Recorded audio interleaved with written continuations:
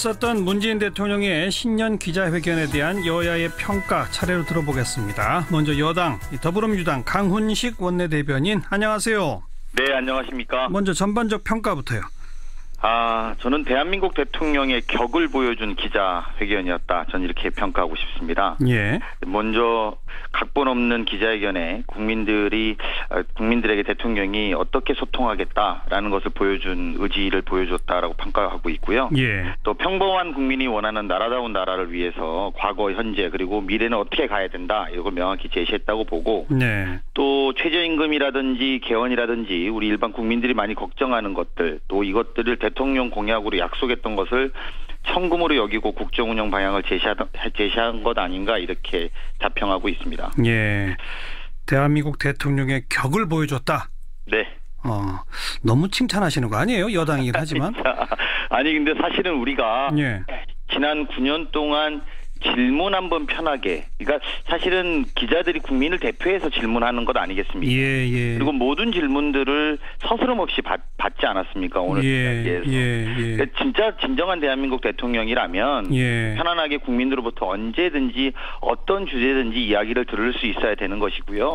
우리가 한 10년 가까이 그런 대통령을 보지 못했기 때문에 자, 이제 대한민국 대통령이라면 앞으로는 이렇게 모든 질문에 대해서 직접 국민들의 의사에 답변해야 된다는 것을 기준을 보여줬다, 또 격을 보여줬다, 저는 자평합니다. 이렇게 칭찬이 나오니까 자유한국당이 자화자찬 일색이다, 대선 공약 답습이다, 이렇게 평가합니다. 뭐 어떻게 생각하세요? 한국당 아시겠습니다만 지난 보수 정권의 과오 때문에 우리가 지금 적폐를 수습하는 과정에 어려움에 빠져 있는데요.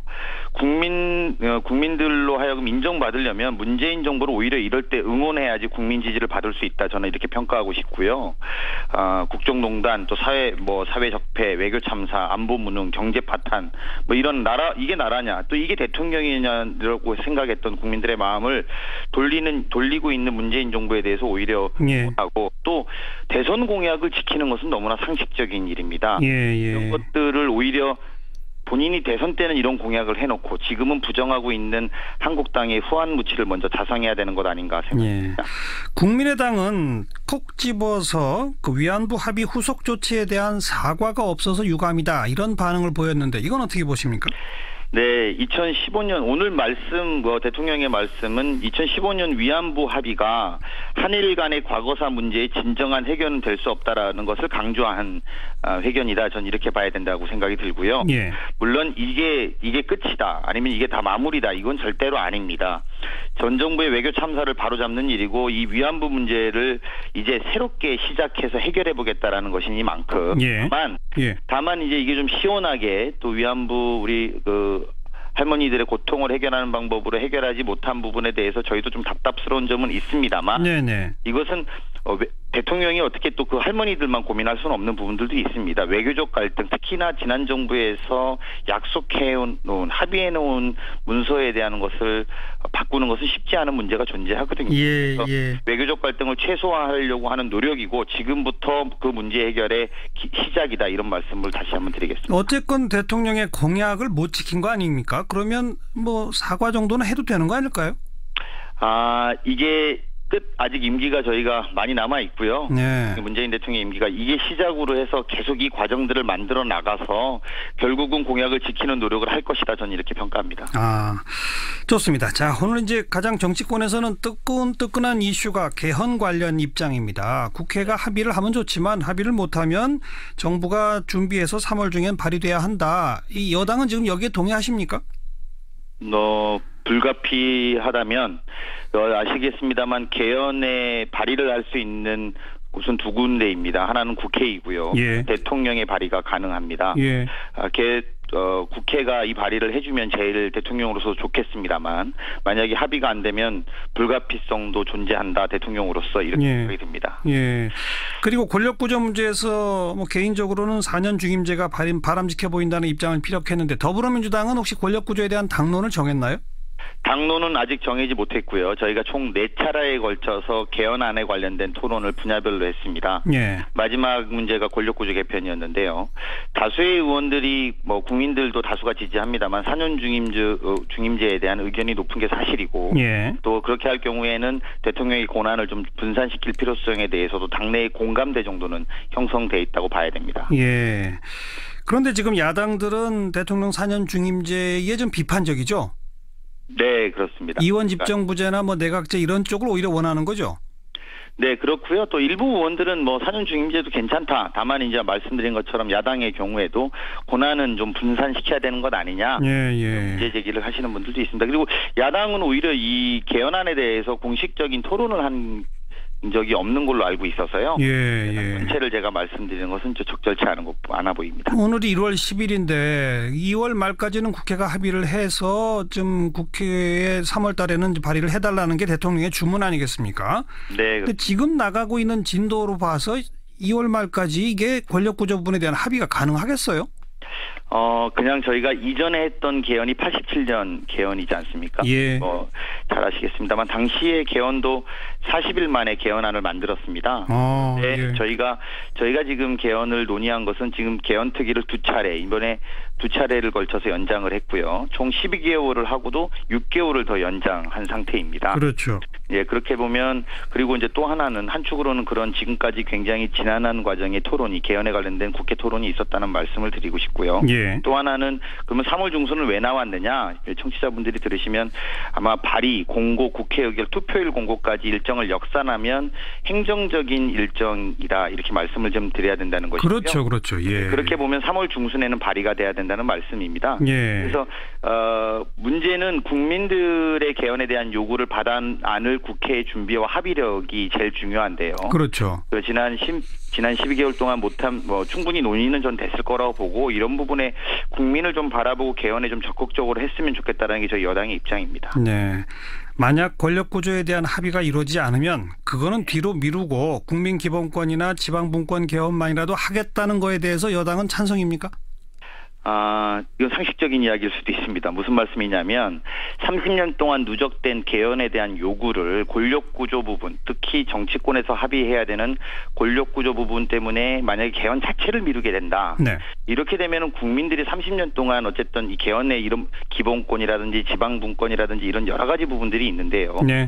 이런 부분 자체를 그럼 다 연기할 것이냐에 대해서는 합리적인 판단이 필요하고 대통령으로서는 그렇다면 불가피하게 권력구조 부분은 이후에 하더라도 먼저 국회가 지금 상당 부분이 권력구조 부분을 빼고는 국회에 합의가 많이 돼 있는 게 사실입니다. 그렇다면 그 합의되어 있는 것을 바탕으로라도 지난 30년간의 숙제는 한번 풀고 가야 되는 것 아니냐. 네. 저희도 그런 면에서는 합리적인 판단이다 이렇게 생각합니다. 여기까지 듣겠습니다. 고맙습니다. 네, 고맙습니다. 더불어민주당 강훈식 원내대변인이었고요. 이번에는 국민의당 이행자 대변인을 연결합니다.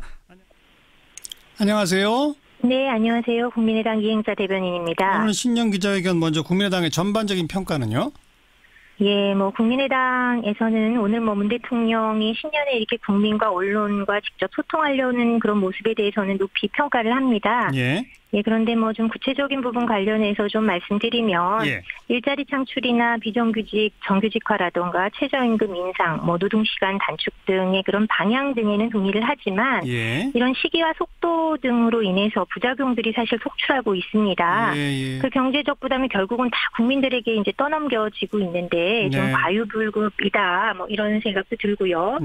또 위안부 재협상이라든가 신고리 오류코비 중단 관련해서도 언급을 하셨는데 물론 상대가 있고 또 외교적 문제고 또 진행됐던 사업이고 이런 면들이 있지만 공론화위원회라든가 위안부 TF 이런 것들이 결국은 공약을 파기하기 위한 어떤 출구 전략이었던 면이 있어서 문 대통령께서 좀 신년 기자회견에서 이런 공약 파기에 대한 사과가 없었던 면이 매우 좀 아쉬움이 있습니다.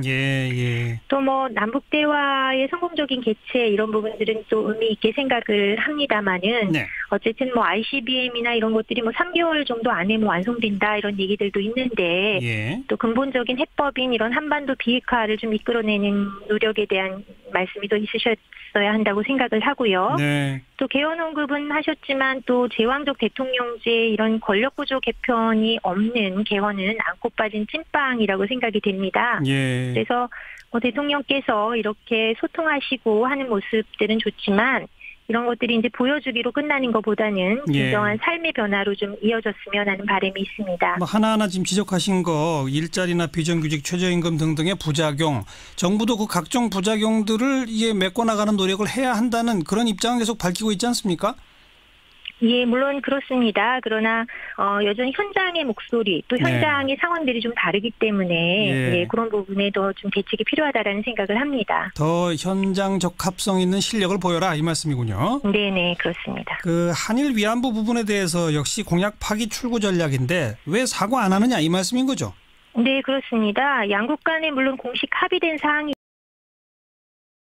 기도 하고 뭐 고육주책이라는 뭐 화해와 치유재단에 대한 해체라던가 10억엔을 일본에게 반환하겠다라는 그런 또 할머니들의 또 요구도 있었고 그에 대한 응답도 아니고 또 대선 때 위안부 합의 재협상이나 또 파기 이런 부분을 또 약속했었는데 그렇죠. 결국은 또 공약 파기 아니냐 또 이런 말씀을 드리고 싶고 뭐 이런 정도는 좀 사과하셨으면 어떨까라는 생각을 해봅니다. 네.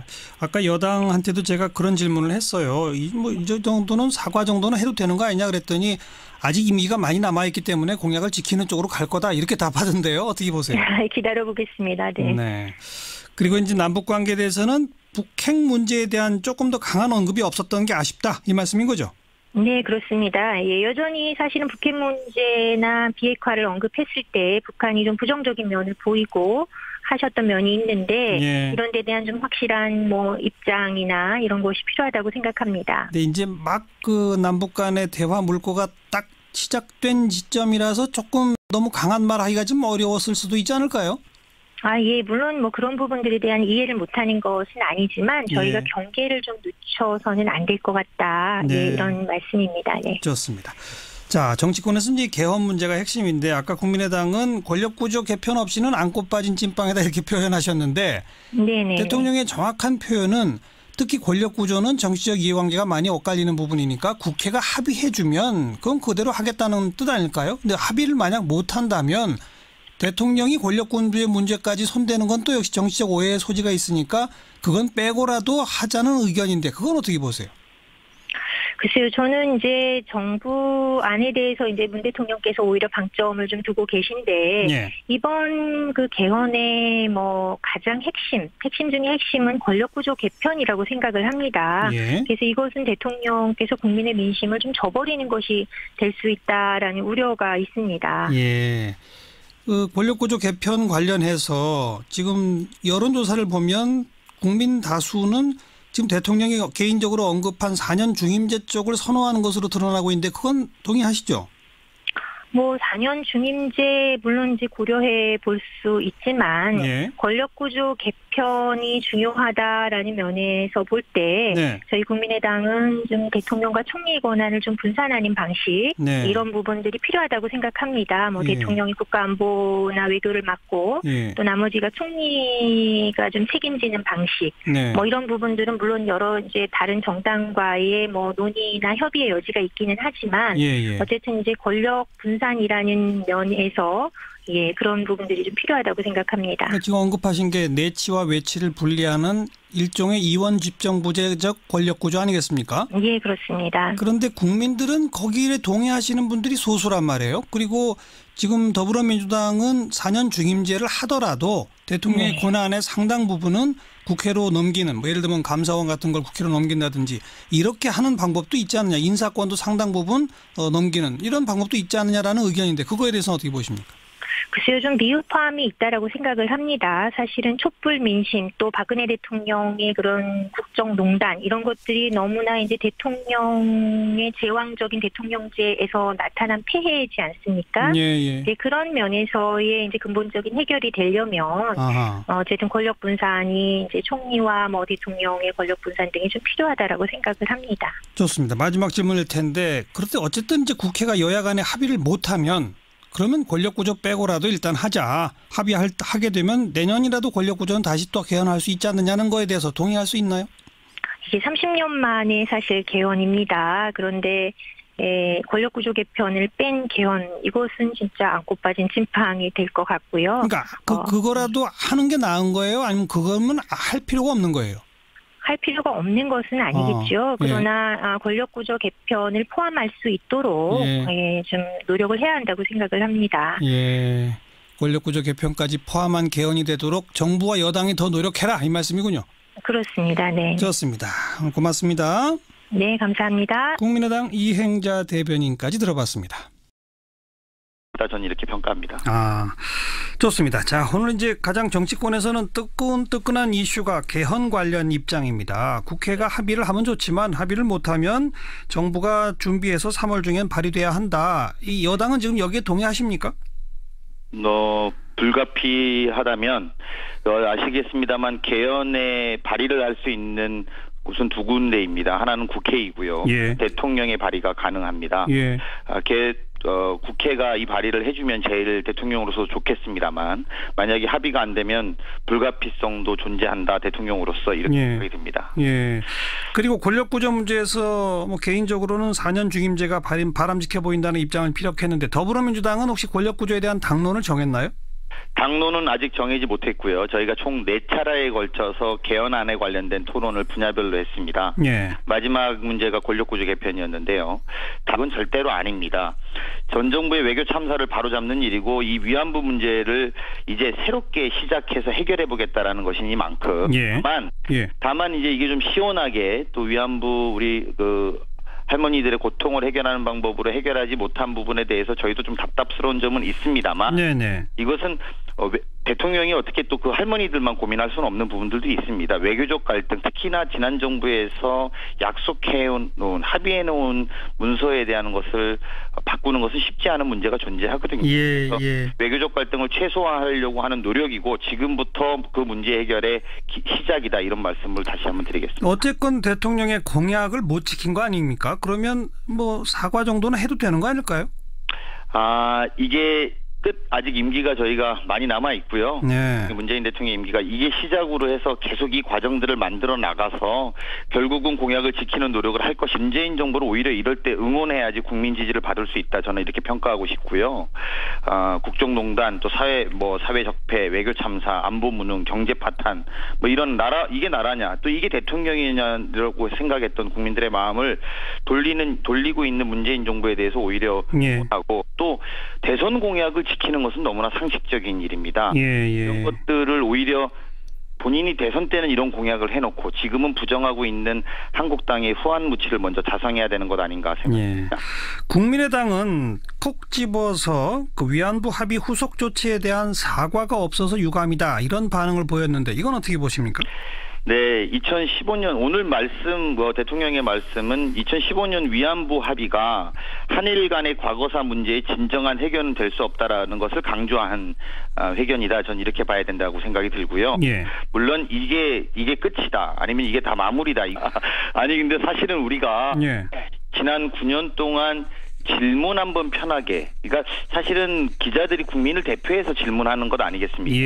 그리고 모든 질문들을 서스럼 없이 받지 않았습니까? 오늘 이야기에서. 진짜 진정한 대한민국 대통령이라면 편안하게 국민들로부터 언제든지 어떤 주제든지 이야기를 들을 수 있어야 되는 것이고요. 우리가 한 10년 가까이 그런 대통령을 보지 못했기 때문에 자 이제 대한민국 대통령이라면 앞으로는 이렇게 모든 질문에 대해서 직접 국민들의 의사에 답변해야 된다는 것을 기준을 보여줬다. 또 격을 보여줬다. 저는 참 편합니다. 이렇게 칭찬이 나오니까 자유한국당이 자화자찬 일색이다. 대선 공약 답습이다. 이렇게 평가합니다. 어떻게 생각하세요? 한국당 아시겠습니다만 지난 보수 정권의 과오 때문에 우리가 지금 적폐를 수습하는 과정에 어려움에 빠져 있는데요. 국민들로 하여금 인정받으려면 있었던 문재인 대통령의 신년 기자회견에 대한 여야의 평가 차례로 들어보겠습니다. 먼저 여당 더불어민주당 강훈식 원내대변인 안녕하세요. 네, 안녕하십니까. 먼저 전반적 평가부터요. 저는 대한민국 대통령의 격을 보여준 기자회견이었다. 저는 이렇게 평가하고 싶습니다. 예. 먼저 각본 없는 기자회견에 국민들에게 대통령이 어떻게 소통하겠다라는 것을 보여준 의지를 보여줬다라고 평가하고 있고요. 예. 또 평범한 국민이 원하는 나라다운 나라를 위해서 과거, 현재 그리고 미래는 어떻게 가야 된다. 이걸 명확히 제시했다고 보고 네. 또 최저임금이라든지 개헌이라든지 우리 일반 국민들이 많이 걱정하는 것들 또 이것들을 대통령 공약으로 약속했던 것을 성금으로 여기고 국정운영 방향을 제시한 것 아닌가 이렇게 자평하고 있습니다. 예, 대한민국 대통령의 격을 보여줬다. 네. 너무 칭찬하시는 거 아니에요? 여당이긴 하지만.